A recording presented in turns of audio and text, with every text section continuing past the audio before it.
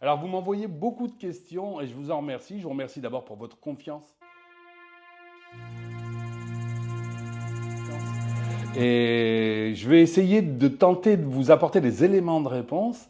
Alors comment? D'abord, je vais vous proposer un Zoom. Donc dans les jours qui vont suivre, je vais vous faire une proposition sans doute pour jeudi prochain.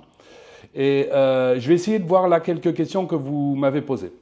Donc par exemple, Espoir pour demain me demande comment expliquer qu'on a eu besoin de rencontrer un pervers narcissique alors que ce pervers narcissique nous a été imposé. Donc la question, c'est d'abord pourquoi ai-je eu besoin de rencontrer un pervers narcissique? C'est parce que j'entends deux questions. Et ma réponse, ceux qui me connaissent savent déjà celle que je vais donner, c'est votre problème, c'est à vous de trouver. C'est à vous de chercher, c'est à vous de trouver. Elle est plus importante qu'il n'y paraît, hein, ma réponse. Même si quelqu'un venait et vous donnait la vraie, la bonne et la juste réponse, ça n'est pas juste. Ce qu'il faut, c'est que ce soit vous qui, à l'intérieur de vous, viviez la réponse. Compreniez à l'intérieur de vous la réponse.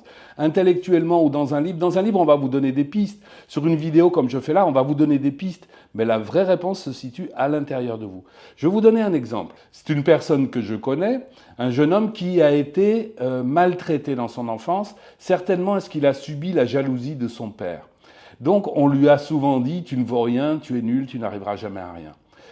Évidemment, enfant, il a remis en place ce qu'il fallait pour confirmer le propos de son parent. C'est-à-dire qu'à l'école, les profs ont fini par lui dire « tu es nul, tu ne vaux rien ». Ses copains lui disaient « tu es nul, tu ne vaux rien ». Et puis, il a commencé à rencontrer des jeunes femmes, et puis ça se finissait toujours mal. En fait, il avait le sentiment de toujours rencontrer des pervers narcissiques. Donc, il est un petit peu dans le cas de la question qui vient de m'être posée.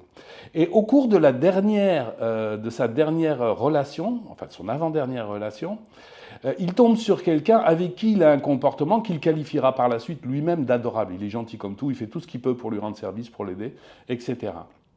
Et l'autre en face n'a de cesse que de lui dire oui, mais enfin lui faire des reproches sans cesse, lui reprocher d'être allé se promener là sans elle, c'est bien la preuve qu'il l'aime pas, lui reprocher tout le temps. Jusqu'au jour où il a mis fin à la relation. Et il était triste parce que parallèlement, là j'amène l'aspect négatif, mais il y avait aussi un aspect positif. Apparemment, il s'entendait bien quand elle ne le critiquait pas. Alors, il s'est posé la question de quelle a été sa propre attitude à lui au cours de cette relation. Et il est arrivé à la conclusion, j'ai été adorable avec elle. Et il a rencontré enfin quelqu'un par la suite avec qui ça s'est très bien passé. Il s'est autorisé à rencontrer une bonne personne. Et quand cette personne lui a dit « Mais comment s'est passée ta dernière relation ?» C'est une question qu'on peut se poser, hein, qui est légitime. Il a répondu « J'ai été adorable avec elle. » Voilà.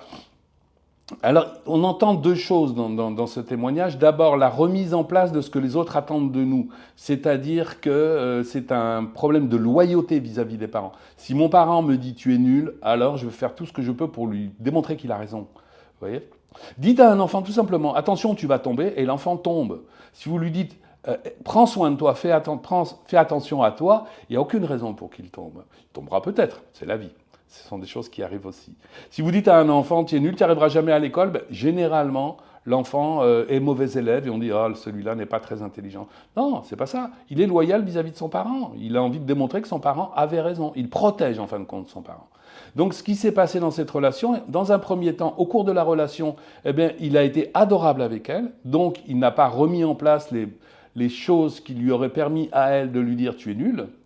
Et ensuite, il a fait ce constat, j'ai été adorable. C'est-à-dire qu'il est sorti de son conflit de loyauté. Il est sorti de cette loyauté qu'il avait vis-à-vis de ses parents. Et ça lui a permis, à partir de là, de rencontrer quelqu'un de bien. Donc la réponse à la question « Pourquoi est-ce que je rencontre un pervers narcissique ?» J'ai fait une vidéo récemment avec Jean-Marc Collignon. Si vous l'avez regardé, tant mieux. Si vous ne l'avez pas regardé, allez la voir. J'aime beaucoup Jean-Marc, son point de vue. Nous sommes pas exactement sur la même longueur d'onde, mais il a un beau discours et je sais que c'est un très bon thérapeute. Lui, il parle d'harmonique. On va vivre des harmoniques de ce scénario. C'est-à-dire que peut-être même qu'on va remettre en place des situations. Les situations vont se représenter. C'est-à-dire que notre inconscient va nous créer des situations qui sont en relation avec nos peurs profondes. Alors pour lui, c'est ce qui a été vécu anténatal, c'est-à-dire avant la naissance. Alors que moi, je me concentre sur ce qui a été vécu dans les premières années de vie. C'est là notre petite différence, notre petite de façon de travailler. Lui parle d'harmonique, moi je parle de répétition. Pourquoi est-ce qu'on est sans cesse obligé de répéter la même situation? Tout simplement pour sortir de cette loyauté, parce qu'il y a quelque chose à l'intérieur de nous qui nous dit « mais ce que ton parent t'a dit, ça n'est pas vrai.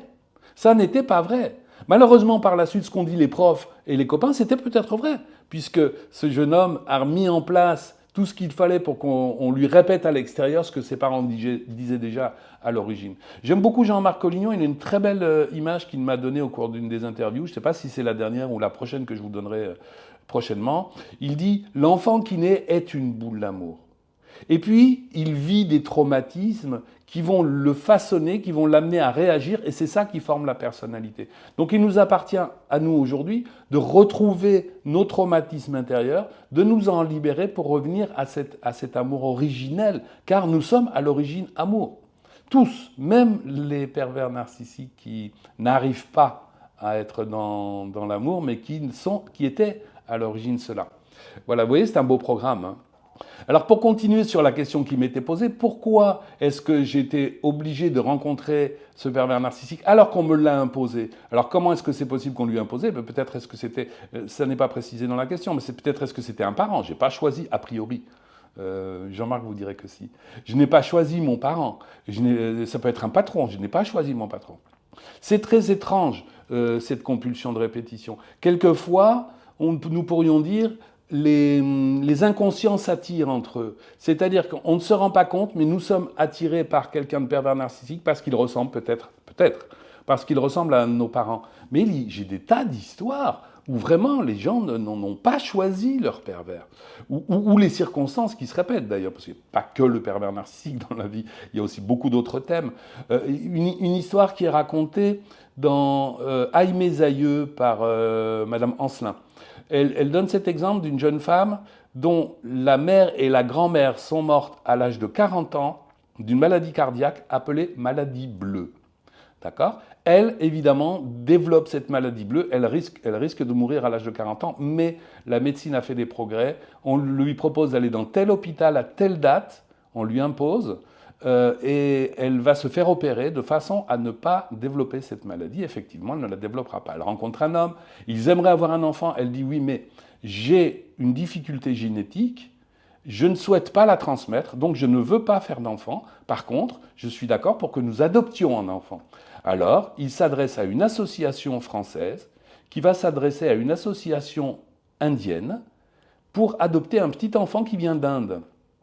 Et quand le petit enfant arrive et qu'il l'adopte officiellement, on découvre qu'il a la maladie bleue et qu'il risquerait d'en mourir.